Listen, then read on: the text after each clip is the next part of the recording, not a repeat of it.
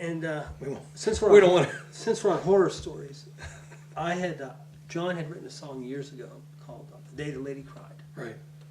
and I always liked it, but I always felt that the lyrics, as good as they were too time referential. Anytime you mention anything political in a song, you date the song. Mm-hmm. Mention somebody in office, mention a current political figure, 9/11. Nixon, Right. whatever, Reagan, and you just, whatever, how you want to express it. 20 years down the road, some kid who's 12 years old is going to hear it and not have a clue about Right, no Iran-Contra or, Right.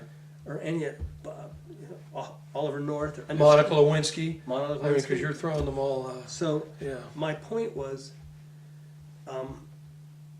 I'd like to rewrite the lyrics for that, John. So I took "The Day the Lady Cried," that phonetic rhythm, and changed it to "Everything Will Be All Right," and a very generic gospel song, so to speak.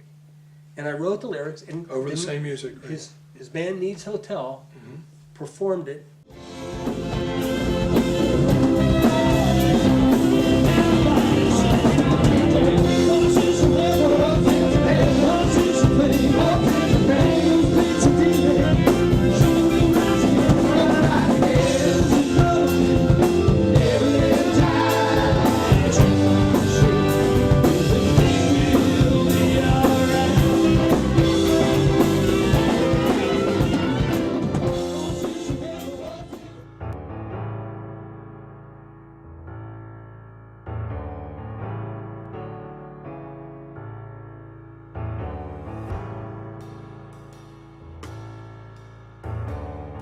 Do anything too close to the Needs Hotel. What we had already done. And not to make this a long story, we brought in a keyboard player.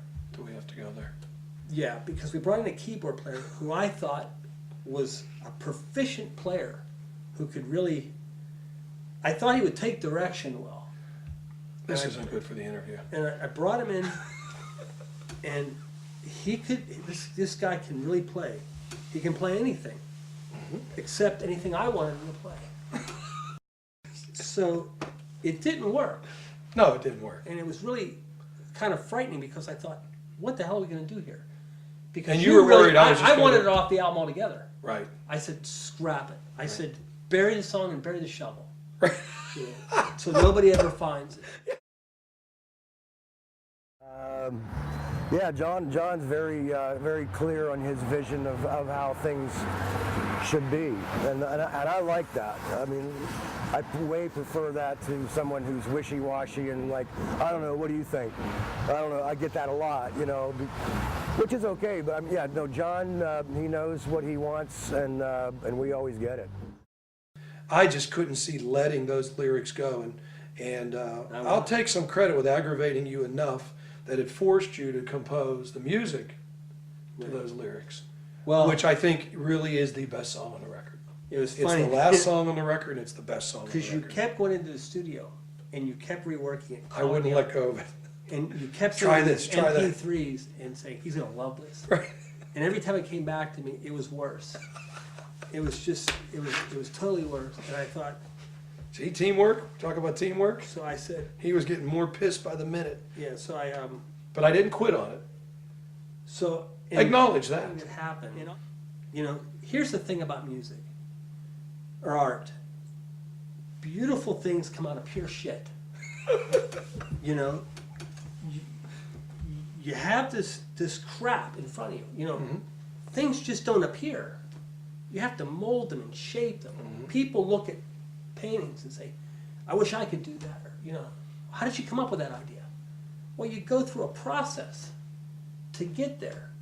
It's all the bad ideas, and then you have to be smart enough to find where the good one is, and then you build on that. So I mean, Revealed the song to me for the first time at John and Rhonda's. right. You went over to their piano and you went ding, Ding, ding.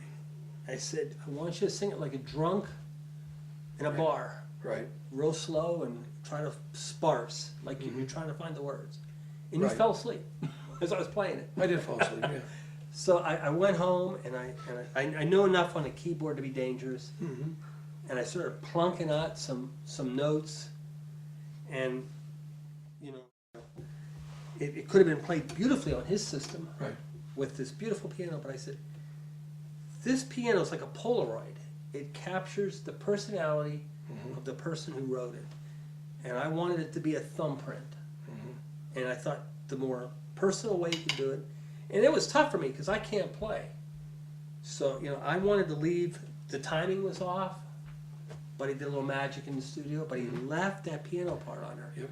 And the idea was, like I said, when you hear Everything Will Be All Right, and you hear that Fisher-Price piano in the background that I was pounding away at, it's as genuine and true. It's magic. It's me underneath and John with the vocals on top, and that's what It's a great piano part. It really is. The collaboration was It's a all great piano part.